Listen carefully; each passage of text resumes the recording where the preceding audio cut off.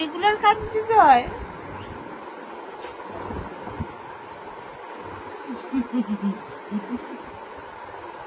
তাহলে ঘরে থাকো না মেয়ে ছেলেদের মতো, কাজে কেন লেগেছো? না, কাজ কেন করবে না বলো? ঘরে বাসন দিবে আমাদের মতো, ঘরে রান্না বান্না করবে, একটা মেয়ে যেমন সংসারী করে সেরকম হোক। তাহলে তা কেন না? তাহলে তো ছেলেদের মতো কাজ যেতেই হবে। ঠিক, এবার ঘরে ঢুকে যাবো।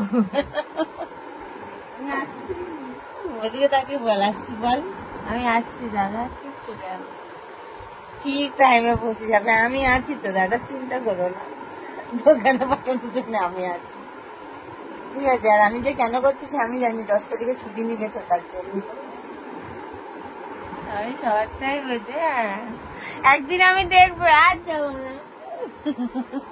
একদিন আমি যাবো না। তাকে একদিন আমি শুধু দোকানে যাব না। কেন? আমি যখন অনেক বড় হয়ে যাবো তখন আর যাবো। আমি বাচ্চা আছি, তাহলে সবাই ঠিকঠাক কমেন্ট করে? না, তুই বাচ্চা? মানে ওই বাচ্চার কথা বলিনি।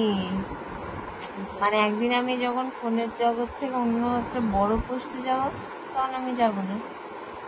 তখন তো সে নিজের দোকানেও যেতে হবে। আরে সেটা আমার ইচ্ছা মতো।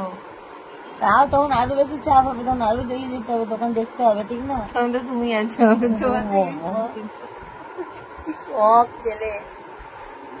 তো চলো সোনারা, আজকে ব্লগটা আমি এখানে শেষ করছি। ভালো লাগলে একটা লাইক কমেন্ট শেয়ার করে দিও, চ্যানেলটা সাবস্ক্রাইব করে পাশে থাকা বেল বাটনটা কল বাটন করে দেবো। তাহলে যা যা পোস্ট করবো নোটিফিকেশন করে তোমাদের মনে অটোমেটিক করছে যাবে। সবাইকে গুড মর্নিং, টাটা।